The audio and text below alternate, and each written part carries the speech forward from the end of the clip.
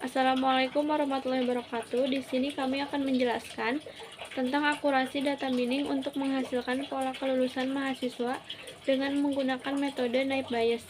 Sebelumnya, perkenalkan, nama saya Trisa Sukmawati Rahayu dengan NIM 11193055. Dan saya bersama rekan saya, yang pertama ada Aldiansa Farhan dengan NIM 11193087. Yang kedua, Arina Fitriani dengan NIM 11193153. Yang ketiga, ada Nurbaiti Harahap dengan NIM 11193138.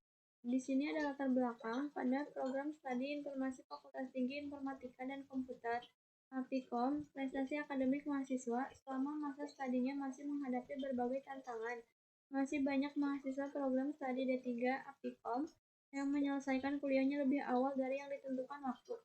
Menurut informasi yang dapat ditemukan di situs resmi Aptikom, jumlah siswa yang diterima pada kelas 12 1A12 kurang lebih 60 mahasiswa, dan rata-rata jumlah siswa yang lulus setiap tahun kurang lebih 30 mahasiswa. Selain merugikan akademisi, masalah mahasiswa yang tidak menyelesaikan studi tepat waktu juga akan menerima kerugian, yaitu membuat akreditasi program studi kurang maksimal, terlalu banyak mahasiswa aktif yang membuat kegiatan belajar kurang ideal, dan jika mahasiswa menerima beasiswa, pemberi beasiswa akan mengakhiri keikutsertaan mahasiswa dalam program beasiswa tersebut. Sudah ada penelitian terdahulu dari Mustafa 2017, di mana penelitian tersebut juga melakukan prediksi kelulusan dengan menggunakan algoritma data mining Naive Bayes, di mana hasil akurasi dari algoritma sebesar 92,308%. Pada penelitian ini juga dilakukan proses prediksi dengan menggunakan data mining dengan menggunakan algoritma Naive Bayes, dengan membuat pola-pola kriteria kelulusan yang diimplementasikan pada dashboard sistem. Dengan diketahuinya hasil prediksi yang divisualisasikan pada sistem diharapkan dapat membantu sebagai bahan evaluasi dan pertimbangan dalam pengambilan keputusan akademisi Fakultas Teknik Informatika dan Komputer. Tujuan penelitian: 1. Mengklasifikasikan kelulusan mahasiswa Universitas Bina Sarana Informatika, Fakultas Teknik dan Informatika Angkatan 2019. 2. Mendapatkan akurasi yang tepat untuk melakukan klasifikasi kelulusan mahasiswa Universitas Bina Sarana Informatika, Fakultas Teknik dan Informatika Angkatan 2019 dengan menggunakan metode klasifikasi Naive Bayes. Selanjutnya ada rumusan masalah. Yang pertama, bagaimana cara menggunakan metode Naive Bayes dan teknik data mining untuk menampilkan informasi kelulusan dengan menggunakan data magister mahasiswa dan data kelulusan mahasiswa sebagai sumber data. 2. Bagaimana menyusun suatu sistem untuk menganalisis data sehingga dapat diubah menjadi informasi yang dapat membantu siswa menjadi lebih baik. 3. Bagaimana cara menyajikan data dengan cara yang memudahkan pengambilan keputusan dan meningkatkan kualitas perguruan tinggi. Selanjutnya saya Arina Fitriani dengan NIM 11193154. Di sini akan menjelaskan yang pertama itu ada pengertian data mining. Pengertian data mining menurut Han tahun 2006, data mining adalah kegiatan menemukan pola yang menarik dari data dalam jumlah yang besar. Data dapat disimpan dalam database, data warehouse, atau penyimpanan informasi lainnya. Data mining berkaitan dengan bidang ilmu-ilmu lain, seperti data system, data warehousing, statistik, machine learning, information retrieval, dan komputasi tingkat tinggi. Selain itu, data mining didukung oleh ilmu lain seperti neural network, pengenalan pola, spatial data analysis, image database, dan signal processing. Selanjutnya yang kedua, pengertian data mining menurut Witten tahun 2005. Mendefinisikan data mining yaitu sebagai proses menemukan pola-pola dalam data. Proses ini otomatis atau seringnya semi-otomatis. Pola yang ditemukan harus penuh arti dan pola tersebut memberikan keuntungan, biasanya keuntungan secara ekonomi. Data yang dibutuhkan dalam jumlah besar. Selanjutnya ada tahap-tahap data mining. Tahap-tahap data mining ini ada 7. Yang pertama itu pembersihan data atau data cleaning adalah pembersihan data merupakan proses menghilangkan noise dan data yang tidak konsisten atau data tidak relevan, atau integrasi data yaitu data integration. Selanjutnya yang kedua ada integrasi data, merupakan penggabungan data dari berbagai database ke dalam satu database baru. Yang ketiga ada seleksi data atau data selection. Data yang ada pada database seringkali tidak semuanya dipakai. Oleh karena itu, hanya data yang sesuai untuk dianalisis yang akan diambil dari database. Yang keempat ada transformasi data, yaitu data transformation. Data diubah atau digabung ke dalam format yang sesuai untuk diproses dalam data mining. Yang kelima ada proses mining, merupakan suatu proses utama saat metode diterapkan untuk menemukan pengetahuan berharga dan tersembunyi dari data. Yang keenam, ada namanya evaluasi pola atau pattern evaluation, yaitu untuk mengidentifikasi pola-pola menarik ke dalam knowledge design yang ditemukan. Yang ketujuh, ada yang namanya presentasi pengetahuan atau knowledge presentation, merupakan visualisasi dan penyajian pengetahuan mengenai metode yang digunakan untuk memperoleh pengetahuan yang diperoleh pengguna. Terus di sini ada pengertian metode Naive Bayes classifier, yaitu Simple Naive Bayes classifier merupakan salah satu metode pengklasifikasi berpeluang sederhana yang berdasarkan pada penerapan teorema Bayes dengan asumsi antar variabel penjelas saling bebas atau independen. Algoritma ini memanfaatkan metode probabilitas dan statik yang ditemukan oleh ilmuwan Inggris yaitu Thomas Bayes, merupakan memprediksi probabilitas di masa depan berdasarkan pengalaman di masa sebelumnya. Terus ada langkah-langkah penjelasannya itu ada data statis sama data kontinu. Kalau data statis adalah data yang sifatnya tetap, tidak mengalami perubahan nilainya. Sedangkan kalau data kontinu itu kebalikan dari data statis, yaitu data kontinu adalah data yang nilainya berubah-ubah. Biasanya data setnya berupa data numerik. Selanjutnya itu ada proses transformasi data. Jadi di sini kita menggunakan atributnya ada nama mahasiswa, yang kedua ada umur, yang ketiga ada jenis kelamin, yang keempat ada status mahasiswa, yang kelima ada IP dan IPK, yang keenam ada status lulus. Terus dari nama mahasiswa, keterangannya ini yaitu nama mahasiswa sesuai tahun ajaran, terus ada umur yaitu umur mahasiswa sesuai tahun ajaran. Sedangkan jenis kelamin di sini kita menggunakan kode yaitu kode 1 dan 2. Kode 1 itu untuk jenis kelamin laki-laki, kode 2 itu untuk jenis kelamin perempuan. Sedangkan status mahasiswa juga kita menggunakan kode 1 dan 2. Kode 1 itu untuk yang bekerja, kode 2 itu hanya untuk yang mahasiswa. Terus ada IP dan IPK.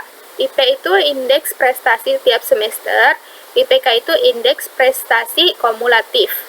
Terus ada status lulus, kita juga pakai kode 2 itu untuk yang lulusnya tepat waktu, sedangkan kode 1 itu untuk yang telat lulus. Terus tabel prediksi kelulusan berdasarkan nilai IPK itu dikategorikan menjadi 3 jenis, yaitu ada yang nilainya A.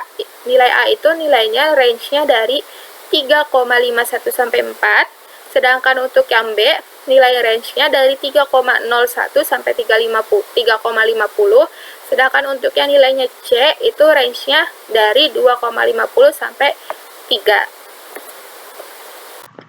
Assalamualaikum warahmatullahi wabarakatuh. Perkenalkan, nama saya Nurbatiah Rahab, NIM 11193138. Selanjutnya saya akan menjelaskan mengenai transformasi data. Data yang berjenis numerikal seperti tahun lulus harus dilakukan proses inisialisasi data terlebih dahulu ke dalam bentuk nominal. Untuk melakukan inisialisasi tahun lulus dapat dilakukan dengan yang pertama, mahasiswa angkatan 2019 berjenjang sarjana atau S1 dengan tahun kelulusan 2022 dan 2023 dinyatakan lulus tepat waktu dan diberi inisial IS. Yang kedua, mahasiswa angkatan 2019 berjenjang sarjana atau S1 belum terdapat tahun kelulusan dinyatakan tidak lulus tepat waktu dan diberi inisial No. Yang ketiga, mahasiswa angkatan 2019 berjenjang diploma 3 atau D3 dengan tahun kelulusan 2022 dan 2023 dinyatakan lulus tepat waktu dan diberi inisial Yes. Dan yang keempat, mahasiswa angkatan 2019 berjenjang diploma 3 atau D3 belum terdapat tahun kelulusan dinyatakan tidak lulus tepat waktu dan diberi inisial 0. Lanjutan dari transformasi data. Yang berikut ini adalah tabel dari inisialisasi data tahun lulus. Di sini ada tabel A dan ada tabel B. Untuk tabel A itu termasuk dari jenjang pendidikannya, dan untuk tabel B itu adalah tahun kelulusannya.